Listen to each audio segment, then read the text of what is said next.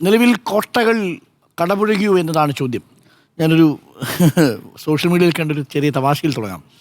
LDFിൻ്റെ ക്യാമ്പയിൻ്റെ slogan മറ്റാരുണ്ട് LDF അല്ലാതെ എന്നായിരുന്നു. മറ്റാരുണ്ട് എന്നൊരു കോമയിട്ടിട്ട് LDF അല്ലാതെ എന്ന് വോട്ടിംഗ് മെഷീനിൽ തപ്പിയപ്പോഴാണ് കയ്യിലും UDFിൻ്റെ ചിഹ്നങ്ങളിലും വോട്ട് പതിഞ്ഞത് എന്നുള്ളതാണ് സോഷ്യൽ മീഡിയയിലെ ഒരു പരിഹാസപരമായിട്ടുള്ള ഒരു തമാശ നിറഞ്ഞിരിക്കുന്ന ക്യാമ്പയിൻ. മറ്റാരുണ്ട് LDF അല്ലാതെ എന്ന് നോക്കുകയും അങ്ങനെ UDF സ്ഥാനാർത്ഥികൾക്ക് വോട്ട് കൊടുക്കുകയും ചെയ്തു എന്നുള്ളതാണ്. അപ്പോൾ ക്യാമ്പയിൻ യഥാർത്ഥത്തിൽ അതേപോലെ ശിരസാവഹിച്ചുകൊണ്ടാണ് വോട്ടർമാർ വിധി എഴുതിയിരിക്കുന്നത് പോളിംഗ് ബൂത്തിലേക്ക് കയറിയപ്പോൾ എന്നാണ് ചില സോഷ്യൽ മീഡിയയിലെ ക്യാമ്പയിനുകൾ കണ്ടത്. അതവിടെ നിൽക്കട്ടെ. യഥാർത്ഥത്തിൽ ഈ തെരഞ്ഞെടുപ്പിൽ ആരാണ് ഇടതുമുന്നണിയെ തോൽപ്പിച്ചത്? CPMനെ തോൽപ്പിച്ചതാരാണ്? കേരള കോൺഗ്രസ് മാണി വിഭാഗത്തെ തോൽപ്പിച്ചതാരാണ്? തളിപ്പറമ്പിൽ TK ഗോവിന്ദന് 13,000 വോട്ട് കൊടുത്തത് ആരാണ്? 6 റൗണ്ട് വരെ മട്ടന്നൂരിൽ പിണറായി വിജയനെ വെള്ളം കുടിപ്പിച്ചതാരാണ്? ധർമ്മടത്ത് മട്ടന്നൂരിൽ ഒരു ഘട്ടത്തിൽ 60,000-ൽ നിന്ന് താഴെ VK സനോജ് പിന്നിൽ പോകുന്ന അവസ്ഥയിലേക്ക് എത്തിച്ചതാരാണ്? എങ്ങനെയാണ് പയ്യന്നൂരിൽ V കുഞ്ഞികൃഷ്ണൻ 49,000-ൻ്റെ ഭൂരിപക്ഷത്തിൽ നിന്ന് 7,000-ൻ്റെ ഭൂരിപക്ഷത്തിലേക്ക് വന്നത്? ആരാണ് അവിടെ V കുഞ്ഞികൃഷ്ണൻ വോട്ട് കൊടുത്തത്? CPMൻ്റെ പാർട്ടി അംഗങ്ങളാണ്. തളിപ്പറമ്പിൽ ആരാണ് TK ഗോവിന്ദന് വോട്ട് കൊടുത്തത്? CPMൻ്റെ പാർട്ടി അംഗങ്ങളുണ്ടെന്നേ. കാരണം നമ്മൾ കണക്കെടുത്ത് പരിശോധിക്കുന്ന സമയത്ത് ഇത്രയും വലിയ ഭൂരിപക്ഷത്തിലൊരു ചാഞ്ചാട്ടം ഉണ്ടാകണമെങ്കിൽ പാർട്ടിയുടെ അംഗത്വമുള്ളവർ അടക്കം, ഏരിയ കമ്മിറ്റിയിലെ അംഗങ്ങളടക്കം, ബ്രാഞ്ച് ലോക്കൽ കമ്മിറ്റിയിലെ അംഗങ്ങളടക്കം പാർട്ടി വിധി എഴുതിയിട്ടുണ്ട് എന്ന് പറഞ്ഞാൽ ഇത് പാർട്ടിയിലെ അംഗങ്ങൾ തന്നെ പാർട്ടിയിലെയും ഇടതുമുന്നണിയിലെയും നേതാക്കൾക്കും ഒപ്പം തന്നെ സ്ഥാനാർത്ഥികൾക്കുമെതിരെയും നടത്തിയിരിക്കുന്ന ഒരു വിധിയെഴുത്താണ്. ഇല്ലെങ്കിൽ വൈക്കത്ത് തോക്കൂല, ഇരുവിപുരത്ത് തോക്കൂല, വാമനപുരത്ത് DK മുരളിയുടെ മണ്ഡലത്തിൽ പരാജയപ്പെടില്ല. അപ്പോൾ ഈ കേരളത്തിലുടനീളമുണ്ട് എന്നുള്ളതാണ്. ഒരു കാര്യം ആദ്യമേ തന്നെ പറയാം, ഇതൊരു തരത്തിലുള്ള ന്യൂനപക്ഷ ഏകീകരണം ഒന്നുകൊണ്ട് മാത്രം സംഭവിച്ച ഒന്നേയല്ല. അങ്ങനൊരു വ്യാഖ്യാനം ഇനി നിലനിൽക്കില്ല. 2, ഭരണവിരുദ്ധ വികാരമില്ല എന്ന് പറഞ്ഞാൽ ആ വാദവും നിലനിൽക്കില്ല. ഇത് രണ്ടും വളരെ പ്രസക്തമാണ്. പക്ഷേ എനിക്ക് പറയേണ്ട 2-3 കാര്യങ്ങളുണ്ട്. ഒന്ന്, യഥാർത്ഥത്തിൽ ഈ തിരഞ്ഞെടുപ്പിലെ വിധി എന്ന് പറയുന്നത് രാഷ്ട്രീയമായ ശരിയാണോ എന്നൊരു ചോദ്യം ചോദിച്ചാൽ എനിക്ക് പറയേണ്ടത് എല്ലാ തിരഞ്ഞെടുപ്പ് വിധികളും രാഷ്ട്രീയമായ സത്യമായിരിക്കാം, പക്ഷേ അത് രാഷ്ട്രീയമായി ശരിയായിരിക്കണമെന്ന് നിർബന്ധമില്ല. കാരണം ഇത് രാഷ്ട്രീയമായി ശരിയായിരിക്കണമെന്ന് നിങ്ങൾ വാശി പിടിച്ചാൽ ആസാമിൽ സംഭവിച്ചത് ശരിയാണെന്ന് നിങ്ങൾ സമ്മതിക്കേണ്ടി വരും.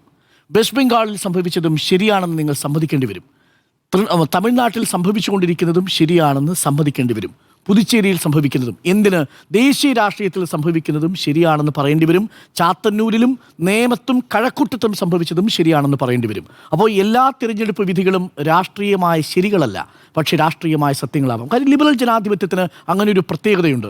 ഗുഡ് ഗവേണൻസ് കൊണ്ട് മാത്രം നിങ്ങൾക്ക് വോട്ട് സമാഹരിക്കാൻ കഴിയില്ല. അങ്ങനെയാണെങ്കിൽ അമേരിക്കയിൽ ഒരിക്കലും ഡൊണാൾഡ് ട്രംപ് അധികാരത്തിൽ വരില്ലായിരുന്നു എന്ന് ഓർമ്മിക്കണം. അങ്ങനെ ആയിരുന്നെങ്കിൽ ഒരിക്കലും ഫ്രാൻസിലും യൂറോപ്പിലും ഈ വലതുപക്ഷ രാഷ്ട്രീയ കക്ഷികൾ അധികാരത്തിൽ വരില്ലായിരുന്നു എന്ന് ഓർമ്മിക്കണം. അതൊരു രാഷ്ട്രീയ ശരിയല്ല യഥാർത്ഥത്തിലുള്ള വിധി എന്ന് പറയുന്നത്, പക്ഷേ രാഷ്ട്രീയ സത്യമാണ്. അതിനെ ഓരോ പൗരനെന്ന നിലയിലും മാനിക്കേണ്ടതായ ഉത്തരവാദിത്വമുണ്ട് എന്നുള്ളതാണ് എൻ്റെ ആദ്യത്തെ പോയിന്റ്. നിങ്ങൾ നോക്കൂ, ഇന്ത്യൻ രാഷ്ട്രീയത്തിൽ ആദ്യമായി പരാജയപ്പെട്ട പ്രധാനപ്പെട്ട നേതാവിൻ്റെ പേര് ഡോക്ടർ BR അംബേദ്കർ എന്നാണ്. എവിടെയാണ് പരാജയപ്പെട്ടത്? മുംബൈ നോർത്തിലാണ്. എന്നാ പരാജയപ്പെട്ടത്? 1952 ആദ്യത്തെ പൊതു തിരഞ്ഞെടുപ്പിലാണ് പരാജയപ്പെടുന്നത്. രണ്ടാമത്തെ തവണയും പരാജയപ്പെട്ട നേതാവിൻ്റെ പേര് BR അംബേദ്കർ എന്നാണ്. 54 ഭണ്ഡാര എന്ന കോൺസ്റ്റിറ്റ്യുവൻസിയിലാണ്. അത് രാഷ്ട്രീയമായി ശരിയായിരുന്നോ? അംബേദ്കറിനെ പോലെ ഭരണഘടനയുടെ രൂപം തന്നെ തയ്യാറാക്കിയ ഒരു മനുഷ്യനെ പരാജയപ്പെടുത്തിയ തിരഞ്ഞെടുപ്പാണ് ഇന്ത്യൻ ജനാധിപത്യം എന്നുള്ളത് മനസ്സിലാക്കണം. അപ്പോൾ അതുകൊണ്ട് എല്ലാ രാഷ്ട്രീയമായ തിരഞ്ഞെടുപ്പുകളും വിധികളും രാഷ്ട്രീയമായി ശരിയാണ് എന്നെനിക്ക് അഭിപ്രായമില്ല. അങ്ങനെയാണെങ്കിൽ 1957 ശേഷം എന്താണ് ഇടതുമുന്നണിക്ക് സംഭവിച്ചതെന്ന് അറിയാമല്ലോ. സദ്ഭരണം കൊണ്ട്, ഒരു ഗുഡ് ഗവേണൻസ് കൊണ്ട് വോട്ട് സമാഹരിക്കാമായിരുന്നെങ്കിൽ EMS തുടർച്ചയായി വീണ്ടും അധികാരത്തിലിരിക്കുമായിരുന്നു. ഏറ്റവും മികച്ച സർക്കാർ എന്ന് ഇപ്പോഴും ഇടതു സർക്കാരിനെ കുറിച്ച് 1957 സർക്കാരിനെ കുറിച്ച് പറയുന്നു. മാത്രവുമല്ല 1977 വിജയം കൂടി നമ്മുടെ മുന്നിലുണ്ട്. ഏറ്റവും മികച്ച ഗുഡ് ഗവേണൻസ് വോട്ട് കൊണ്ടുവരുന്നില്ലെന്ന് മാത്രവുമല്ല, ഒരു അടിയന്തരാവസ്ഥയുടെ കാലം നിങ്ങൾക്ക് വോട്ട് കൊണ്ടുവരികയും ചെയ്ത ചരിത്രം കേരളത്തിൻ്റെ രാഷ്ട്രീയ ചരിത്രത്തിലുണ്ട്. ഇതാണ് ഇതിലെ ഒരു പ്രധാനപ്പെട്ട കാര്യം. എന്ന് വെച്ച് ഈ ഗുഡ് ഗവേണൻസ് നടത്തി ജനങ്ങൾക്ക് തെറ്റുപറ്റി എന്നൊരു അഭിപ്രായം എനിക്കില്ല. ഇതിൽ മറ്റു ചില ഘടകങ്ങൾ കൂടിയുണ്ട്. അതുകൂടി സൂക്ഷ്മമായി വിലയിരുത്തിയെങ്കിൽ മാത്രമേ ഈ തെരഞ്ഞെടുപ്പിനെ പൂർണ്ണമായി നമുക്ക് മനസ്സിലാക്കാൻ കഴിയൂ. രണ്ടാമത്തെ പ്രധാനപ്പെട്ട കാര്യം, യഥാർത്ഥത്തിൽ ഈ തിരഞ്ഞെടുപ്പ് അടുത്ത കാലത്ത് ഇറങ്ങിയ ഒരു സിനിമയിൽ പറയുന്നൊരു വാചകമുണ്ട്, ഇത് പ്രതിച്ഛായകൾ തമ്മിലാണ് മത്സരം തിരഞ്ഞെടുപ്പിൽ എന്ന് പറയാറുണ്ട്. പ്രതിച്ഛായകൾ തമ്മിലാണ് മത്സരം എന്ന് പറയാറുണ്ട്. ഞാൻ ഇപ്പോഴും കരുതുന്നു ഉമ്മൻചാണ്ടി സർക്കാരിൻ്റെ കാലത്തേക്കാൾ മികച്ച രീതിയിൽ ഡെലിവറി നടത്തിയൊരു സർക്കാരായിരുന്നു രണ്ടാം പിണറായി സർക്കാർ. എന്നാൽ ഒന്നാം പിണറായി സർക്കാരിൻ്റെ അത്ര മെച്ചമായിരുന്നില്ല എന്നുള്ള വസ്തുതയും ഞാൻ അംഗീകരിക്കുന്നു. അതെങ്ങനെയാണ് നമുക്ക് ഫീൽ ചെയ്തത്? എനിക്കിപ്പോഴൊരു സംശയം. നേരത്തെ സ്മൃതി പറഞ്ഞൊരു പോയിന്റ് ശരിയാണ് എന്ന് ഞാനിപ്പോൾ സമ്മതിക്കും. കാരണം കോവിഡ് കാലം ഒരു എക്സെപ്ഷൻ ആയിരുന്നു എന്ന് പറഞ്ഞു. അന്ന് 2021 കോവിഡ് ഇല്ലായിരുന്നു എന്ന് കരുതുക. ആ തിരഞ്ഞെടുപ്പിൽ യഥാർത്ഥത്തിൽ മികച്ച ഭരണം കാഴ്ചവെച്ചു എന്ന് പറയുന്ന പിണറായി സർക്കാർ ഒരുപക്ഷെ തുടരുമായിരുന്നോ എന്ന് വളരെ പ്രധാനപ്പെട്ട ഒരു ചോദ്യമുണ്ട്. കാരണം ജനങ്ങളെ നേരിട്ട് ബന്ധപ്പെടുന്ന ഒരു വിഷയത്തിൽ ജനങ്ങളുടെ ഒപ്പം സാധാരണ പക്ഷികൾക്കും മൃഗങ്ങൾക്കും അടക്കം വെള്ളം കൊടുക്കണം എന്ന് പറയുന്ന ഒരു ഭരണാധികാരിയെക്കുറിച്ച് ജനങ്ങളുടെ മനസ്സ് തൊട്ടുവരുന്ന ഒരു കമ്പാഷനേറ്റ് ആയ ഒരു ഗവൺമെൻറ്റിനെ കുറിച്ചുള്ള ഒരു കെയർ ചെയ്യുന്ന ക്രൈസിസ് മാനേജറായ ഒരു മുഖ്യമന്ത്രിയെക്കുറിച്ചുള്ള ഒരു പ്രതിച്ഛായ നിർമ്മാണം അറിഞ്ഞോ അറിയാതെയോ അന്ന് അതുവഴി നടന്നിരുന്നു എന്നുള്ളത് വാസ്തവമാണ്. മുഖ്യമന്ത്രിയുടെ തുടർച്ചയായിട്ടുള്ള മാധ്യമങ്ങളിലൂടെയുള്ള വാർത്താ സമ്മേളനങ്ങൾ അതിനുള്ളൊരു തെളിവായിരുന്നു. അന്ന് അങ്ങനെയൊരു സാഹചര്യം സൃഷ്ടിക്കപ്പെട്ടു. നോക്കൂ, അന്നതില്ലായിരുന്നെങ്കിലോ ഒരു പക്ഷേ മാറി മാറി വരുന്ന സർക്കാർ എന്ന കേരളത്തിൻ്റെ രാഷ്ട്രീയമായിട്ടുള്ള അതേ പാരമ്പര്യം നമ്മൾ തുടരുമായിരുന്നു 2021. അന്നും ഒരുപക്ഷെ UDF അധികാരത്തിൽ വരാനുള്ള സാധ്യത തള്ളിക്കളയാൻ കഴിയില്ല. അതിൻ്റെ അർത്ഥം അന്ന് എന്താ നമ്മൾ പറയുക, ഒന്നാം പിണറായി സർക്കാർ മോശമായിരുന്നു. കോവിഡ്, പ്രളയം, ഈ രണ്ട് കാര്യങ്ങളിൽ ക്രൈസിസ് മാനേജ് ചെയ്ത പിണറായി വിജയനെയാണ് 2021 അധികാരമേൽപ്പിക്കുന്നത്.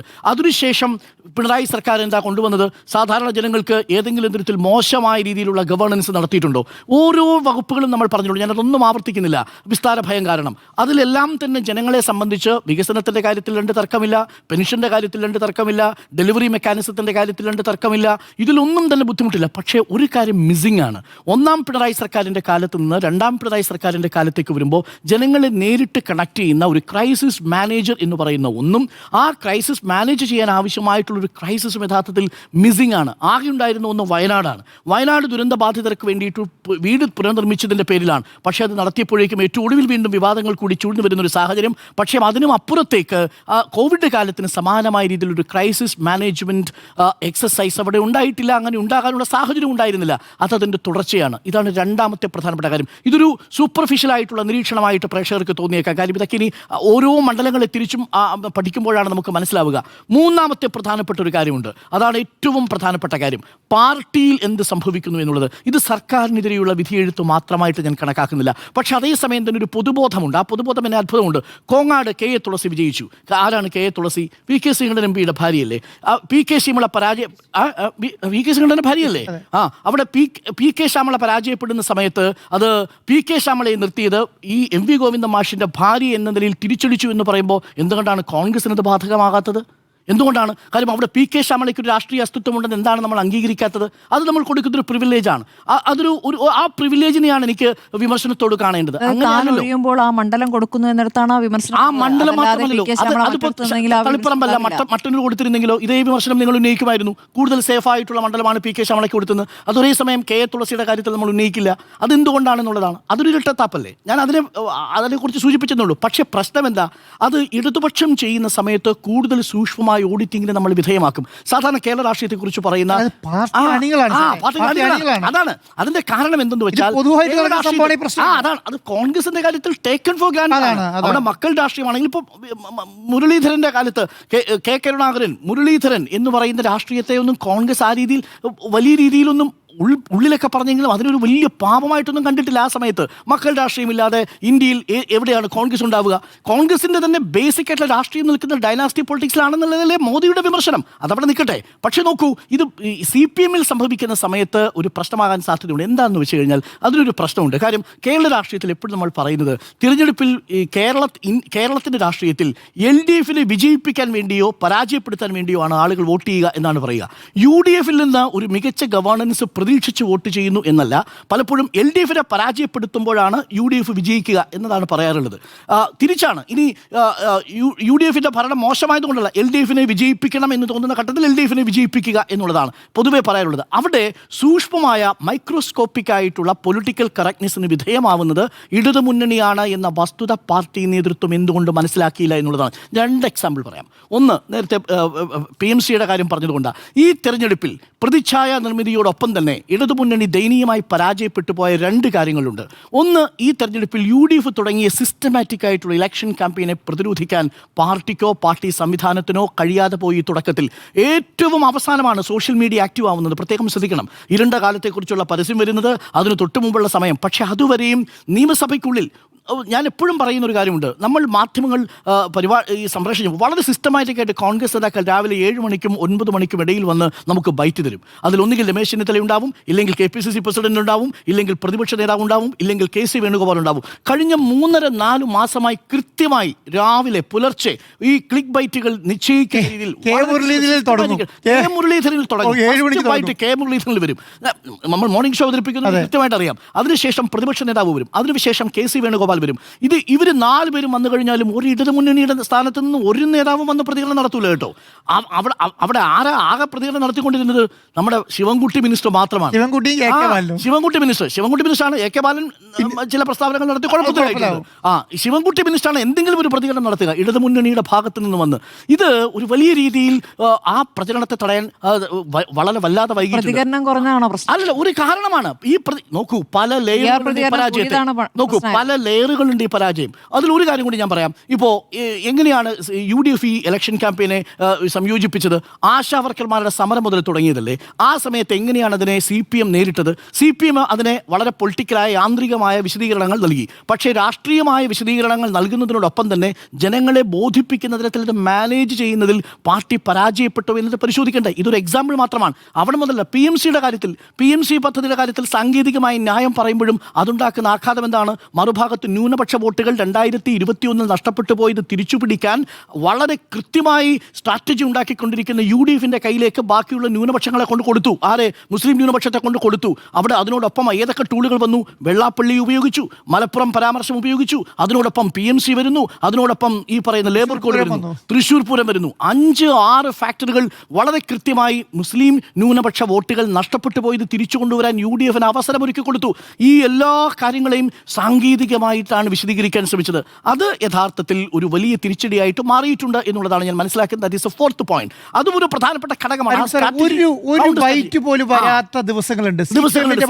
ഒരു ബൈറ്റ് പോലും വരാത്ത കാര്യമുണ്ട്. ലാസ്റ്റ് പോയിന്റ്, ഇനി പാർട്ടിയും സർക്കാരും തമ്മിലുള്ള ബന്ധത്തെക്കുറിച്ച് ഞാൻ നേരത്തെ പറഞ്ഞല്ലോ, തുടക്കത്തിൽ പറഞ്ഞല്ലോ, തളിപ്പറമ്പിൻ്റെ കാര്യത്തിലും പയ്യന്നൂരിൻ്റെ കാര്യത്തിലുമൊക്കെ പാർട്ടി കോട്ടകൾ ഇളകാൻ കാര്യം പാർട്ടി വോട്ടുകളാണ് കോൺഗ്രസിലേക്ക് അല്ലെങ്കിൽ വിമതരിലേക്ക് പോയിരിക്കുന്നത്, അമ്പലപ്പുഴയിൽ പോയിരിക്കുന്നത്.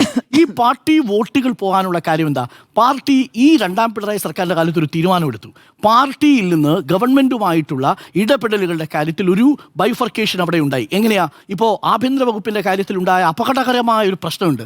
പാർട്ടി നേതാക്കൾക്ക് പോലീസ് സ്റ്റേഷനിൽ പോയിട്ട് കാര്യങ്ങൾ ഏതെങ്കിലും രീതിയിൽ, അത് ജനപ്രതിനിധികൾക്ക് പോയിട്ട് അല്ലെങ്കിൽ പാർട്ടി നേതാക്കൾക്ക് തീരുമാനമെടുക്കാൻ പറ്റുന്ന സാഹചര്യത്തിൽ നിന്ന് മാറി പാർട്ടി ഗവൺമെൻറ് എന്നുള്ളത് 2 തട്ടിലായിട്ട് മാറുകയും പാർട്ടി ഗവൺമെൻറ്റിനെ ന്യായീകരിക്കുന്ന മെഷീനറി ആയിട്ട് മാറുകയും ചെയ്തു എന്നുള്ളൊരു വലിയ അഭിപ്രായം പാർട്ടിയുടെ അണികൾക്കും നേതാക്കൾക്കുമുണ്ട്.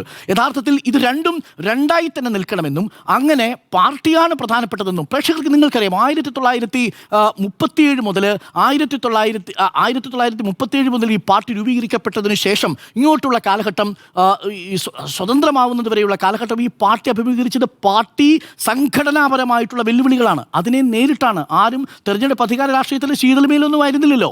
1957 മുതൽ 1987 വരെയുള്ള 30 വർഷക്കാലം ഈ പാർട്ടി ഭരിച്ചത് എത്ര വർഷമാണെന്നറിയാമോ? കേവലം 6 വർഷമാണ്. 6 വർഷമേ പാർട്ടി അധികാരത്തിലുണ്ടായിരുന്നുള്ളൂ. 24 വർഷവും സംഘടനാ പ്രവർത്തനം നടത്തിയാണ് പാർട്ടിയെ ഉത്തേജിപ്പിച്ചത്. അതിനുശേഷമുള്ള 30 വർഷമോ 87 മുതൽ 38 വർഷമോ 87 മുതൽ 2026 വരെയുള്ള 38 വർഷം 24 വർഷം പാർട്ടി അധികാരത്തിലുണ്ടായിരുന്നു. പക്ഷേ തുടർച്ചയായിട്ടുള്ള അധികാരം ദുഷിപ്പിക്കുമെന്ന് ലോർഡ് ആക്ടൺ പറഞ്ഞതുപോലെ അത് പാർട്ടി ഈ ഗവൺമെൻറ്റിനെ ഓഡിറ്റ് ചെയ്യുന്ന മെക്കാനിസം എന്നതിൽ നിന്ന് മാറി ഗവൺമെൻറ്റിൻ്റെ ഏത് തെറ്റുകൾ കണ്ടാലും ആദ്യം വന്ന് ഗവൺമെൻറ്റിനെ ന്യായീകരിക്കുന്ന സംവിധാനമായിട്ട് മാറുന്നു എന്നുള്ളത് പാർട്ടി അണികൾക്കിടയിൽ തന്നെയുള്ള വിമർശനമാണ്. ഇത് യഥാർത്ഥത്തിൽ തിരിച്ചടിച്ചു എന്ന മട്ടിലുള്ള വലിയ രീതിയിലുള്ള ക്യാമ്പയിനുണ്ട്. അതാണ് നമ്മൾ പറയുന്നത് പോലെ ഇപ്പോൾ വി കുഞ്ഞികൃഷ്ണനെ പോലുള്ളൊരു നേതാവ് ഉയർത്തുന്ന പ്രശ്നം. പാർട്ടി പാർട്ടിക്ക് അറിയാം അതൊരു പ്രശ്നമാണ്, അതൊരു ഊരാക്കുടുക്കായിരുന്നു. ഈ പ്രതിച്ഛായ സൃഷ്ടി പറഞ്ഞ സമയത്ത് ഒരു പോയിന്റ് പറഞ്ഞ് ഞാൻ അവസാനിപ്പിച്ചോട്ടെ. ഇതാണ് അപ്പോൾ ഇനി ടു സം അപ്പ് ഈ പരാജയം കൊണ്ട് പാർട്ടി അവസാനിച്ചു പോകുന്നൊന്നുമില്ല. കാര്യം ഇത് ചരിത്രത്തിലെ CPM-ന്റെ ഏറ്റവും വലിയ പരാജയമാണെന്ന് ഞാൻ കണക്കാക്കുന്നുമില്ല. 2001 കണക്കെടുത്ത് നോക്കൂ. അന്ന് 24 സീറ്റുകളെ CPM-ന് 24 സീറ്റുകളെ CPM-ന് ഉണ്ടായിരുന്നുള്ളൂ. 74 സീറ്റിൽ മത്സരിച്ച് ഇപ്പോൾ 77 സീറ്റിൽ മത്സരിച്ച് 26 സീറ്റുകളിലേക്ക് CPM ഉണ്ട്. 2001 നേരിയ തോതിലുള്ള ഒരു മാറ്റം. 2001 സമാനമായ ഒരു പരാജയമേ ഉണ്ടായിട്ടുള്ളൂ. 5 വർഷം കഴിഞ്ഞ് 2006 CPM തിരിച്ചു വന്നില്ലേ? VS-ന്റെ കാലത്ത്. ഒരു കാര്യം കൂടി പറഞ്ഞ് ഞാൻ അവസാനിപ്പിക്കാം.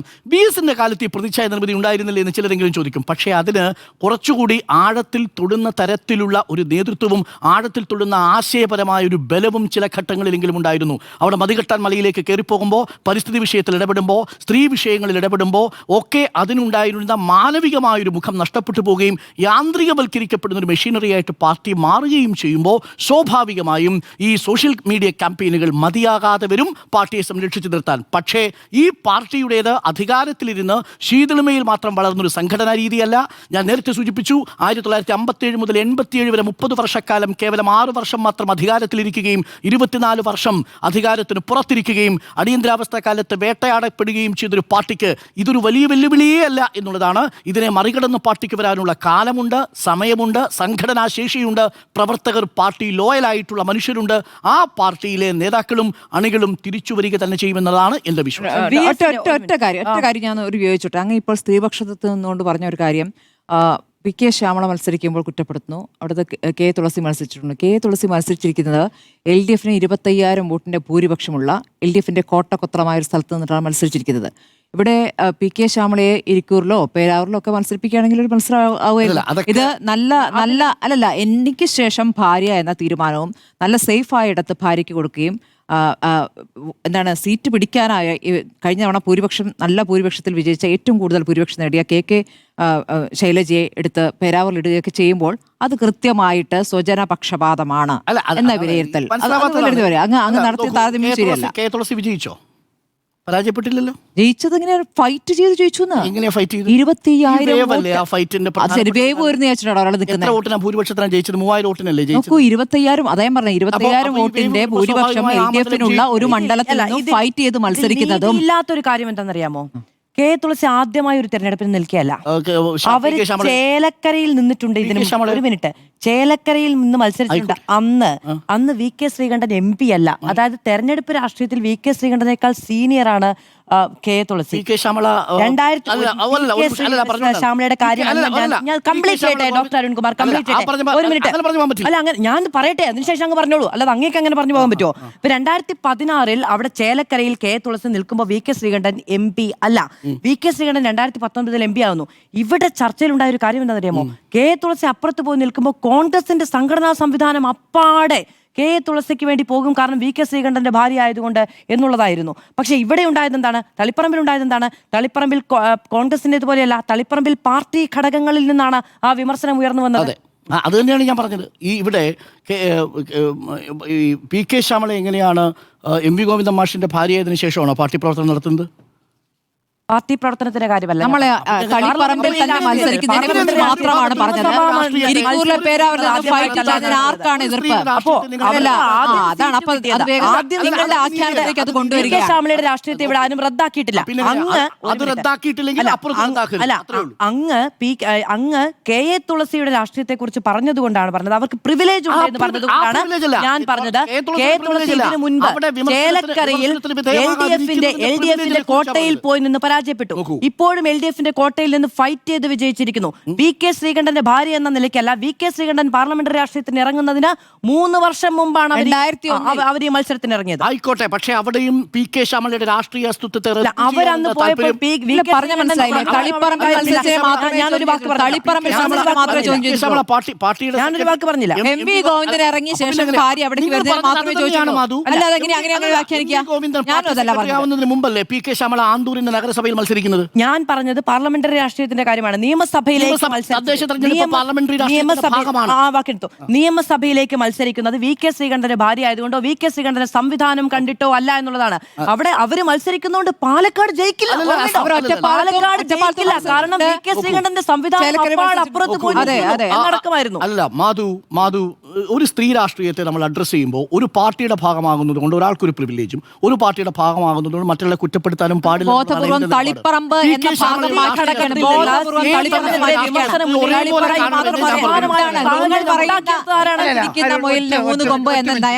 പറഞ്ഞുകൊണ്ടിരിക്കുന്നത്. ഞാൻ പറയുന്നത് ഒരു ശക്തമായ മത്സരം നടന്ന് ഒരു 103 സീറ്റിലേക്ക് വന്നു എന്ന് നിങ്ങൾ കാണരുത്. ഇതിന് പല മാനങ്ങളുണ്ട്. ഈ 103 സീറ്റിലേക്ക് UDF അധികാരത്തിൽ പല മാനങ്ങളുണ്ട്. നിങ്ങൾ ഈ പറയുന്ന തളിപ്പറമ്പിലായാലും, നിങ്ങൾ ഈ പറയുന്ന പയ്യന്നൂരിലായാലും, നിങ്ങൾ ഈ പറയുന്ന അമ്പലപ്പുഴയിലായാലും എല്ലാം, അതുപോലെ തന്നെ ധർമ്മടത്ത് പിണറായി വിജയൻ 50,000 വോട്ടിൽ നിന്നും 6 റൗണ്ട് എണ്ണുന്നത് വരെ പിന്നിൽ നിന്നതിനെല്ലാം പല മാനങ്ങളുണ്ട്. ആ പാനത്തിലൊരു സുനാമി ആയിട്ടാണ് ജയിച്ചു കയറിയിട്ടുള്ളത്. അതുകൊണ്ടാണ് ഈ കോട്ടകളിലെല്ലാം 3,000-2,000 വോട്ടുകൾ UDF ജയിച്ചു കയറിയിട്ടുള്ളത്. അതിന് ആ അർത്ഥത്തിൽ തന്നെയാണ് 10-80 സീറ്റിൽ സീറ്റിൽ ജയിച്ചു കയറുന്നത് പോലെ 103 സീറ്റിൽ കാണാൻ കഴിയത്തില്ല. അപ്പോൾ അതിനെ നിങ്ങൾ ആ അർത്ഥത്തിൽ തന്നെ കാണണം. അപ്പോൾ അതിന് ഇതല്ലേ അതല്ലേ എന്ന് ചോദിക്കുന്നതിൽ അർത്ഥമില്ല.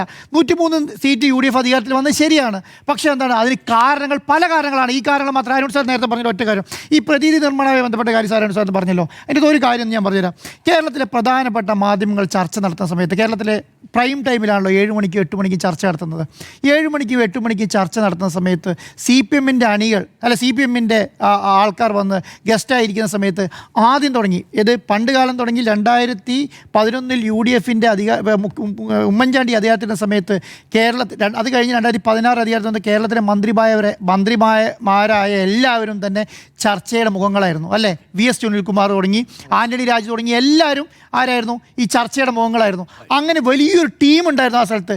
ഈ അടുത്ത കാലത്ത് കഴിഞ്ഞ 5 വർഷം ഉണ്ടല്ലോ, ചർച്ചയ്ക്ക് പോലും മര്യാദയ്ക്ക് CPM എന്ന ഒരാളെ കിട്ടിയില്ല. പ്രധാനപ്പെട്ട ചർച്ചാ മുഖങ്ങളെല്ലാം ഒഴിവാക്കുകയാണ്. അതിനില്ല എന്ന് പറഞ്ഞ് ഒഴിവാക്കുകയാണ്. അത് എന്തുകൊണ്ടാണ് പറയുന്നത്? അതിന് നിങ്ങൾ ആ ഉത്തരമാണ് ചോദിക്കുന്നത്, ഈ ഉത്തരത്തിന് മറുപടി പറയേണ്ടി വരും, ആ ഉത്തരത്തിന് മറുപടി പറയേണ്ടി വരും എന്നെല്ലാം പറഞ്ഞു വെക്കുകയാണ്. ഇതെന്താണ് നിങ്ങൾ ചെയ്യുന്നത്? സർക്കാരിൻ്റെ ഭാഗമാണ്. നിങ്ങളെല്ലാം മറുപടി പറഞ്ഞേ പോകാൻ കഴിയുമെന്നുള്ളതാണ്.